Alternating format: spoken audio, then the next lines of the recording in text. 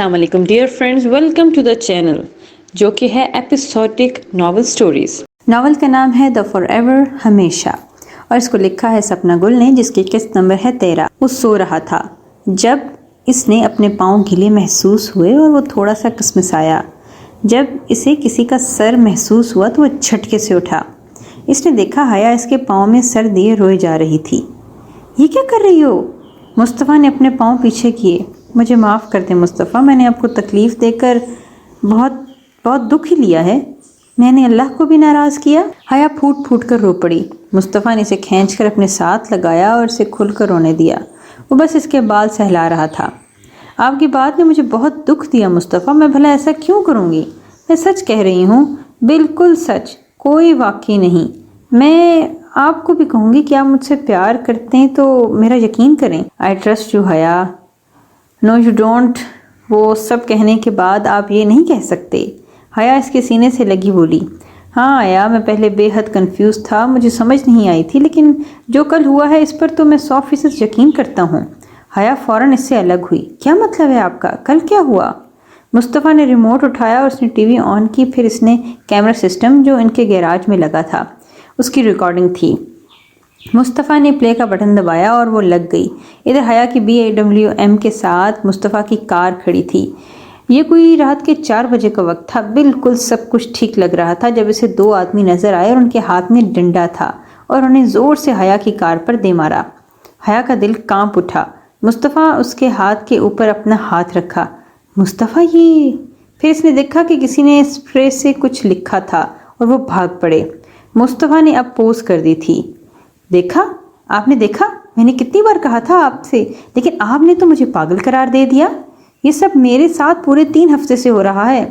اور انہوں نے کیا لکھا میری کار پر؟ مصطفیٰ نے منہ پر ہاتھ پھیرا جیسے خود کو کمپوز کر رہا تھا۔ بولتے کیوں نہیں ہیں آپ؟ میں تھک گئی ہوں مصطفیٰ، پلیز کچھ کریں ورنہ میں نے سچ مچ پاگل ہو جانا ہے۔ اس میں لکھا تھا اٹس شو ٹائم۔ کون ہے یہ اور کیا چاہتے ہیں ہم سے؟ پتہ نہیں۔ اب یہ نہ کہیے گا کہ میں نے پولیس کو انفارم کر دیا، اس کے علاوہ آپ کر بھی کیا سکتے ہیں؟ حیا کو غصہ آ رہا تھا۔ اچانک فون بجا اور مصطفیٰ نے اٹھایا۔ ہیلو، السلام علیکم بابا۔ جی اللہ کا شکر ہے، آپ کو کس نے بتایا نہیں؟ تو مجھے ولی نے کوئی خبر نہیں دی۔ اچھا، کیا وہ پہنچ گئے ہیں؟ ٹھیک ہے، میں آ رہا ہوں۔ اوکے، اللہ حافظ۔ فجر اور ولی آ گئے ہیں، تم علیزے کو تیار کرو، بابا کے گھر پہنچانا ہے، مصطفیٰ کہہ کر اٹھ پڑا، جبکہ حیا غور سے اسکرین کو دیکھ رہی تھی۔ کون ہو تم آخر؟ کون؟ لاؤ دے میری پرنسس۔ مصطفیٰ یہ اتنی کمزور کیوں لگ گئی ہے؟ ولی نے علیزے کو لیا جب اس کی حالت ہو دیکھ کر مصطفیٰ سے بولا۔ مصطفیٰ اور حیا نے دونوں سے نظریں چرائیں۔ اوہ ولی، وہم آپ کا لائے دیں۔ ہاں میری بیٹی، میری لیزو۔ فجر نے علیزے کو لیا جو ماں کی گود میں آ کر نہ جانے کیوں رو پڑی۔ ہائے، یہ کب سے اتنا رونے لگی؟ حیا واقعی بتاؤ اسے کیا ہوا ہے؟ یہ تو کبھی بھی نہیں روتی۔ میری بیٹی کو میرے خلاف تو نہیں کر دیا؟ فجر نے گھورا۔ اوہو، کیسی باتیں کرتی ہو فجر، ایسے کہتے ہیں؟ کتنا سنبھالا ہے اس کو، بالکل تمہارے پر گئی ہے۔ ہاں ظاہر مجھ پر جانا تھا، میں نے بڑی دعائیں کی تھیں کہ تم پر نہ جائیں، سب کچھ مجھ پر گیا، بس بال پتہ نہیں کیسے چلے گئے۔ مصطفیٰ ہنس پڑا۔ کیسی رہی شادی حیا؟ ہائے، میرا بڑا دل تھا کہ پاکستان آؤں، لیکن ولی نے منع کر دیا تھا۔ مجھے اب کسی بھی حال میں جانا ہے یار، میں نے کبھی پاکستانی شادیاں نہیں دیکھیں۔ حیا ہلکا سا مسکرائی۔ نہیں فجر، سادگی سے ہوئی تھی، بس مہندی بھی تھوڑا ہلا گلا ہوا تھا، ورنہ قسم سے تمہارے بنا واقعی مجھے مزہ نہیں آیا۔ فجر نے گھورا۔ اچھا، بس زیادہ مکھن نہ لگاؤ، پتہ ہے مجھے، تم تو اتنی اچھی اور خوبصورت ترین جگہ سے آئی ہو۔ خیر کیا کہوں میں تمہیں، سوری بچوں، ایک تو اس جیب کے بچے نے بڑا تنگ کیا ہوا ہے، نہ کام کا نہ کاج کا، دشمن اناج کا۔ ڈاکٹر حسین اپنی گلاسز کو صاف کرتے ہوئے بولے۔ ہائے، اب حبیب کا بچہ کب سے ہو گیا؟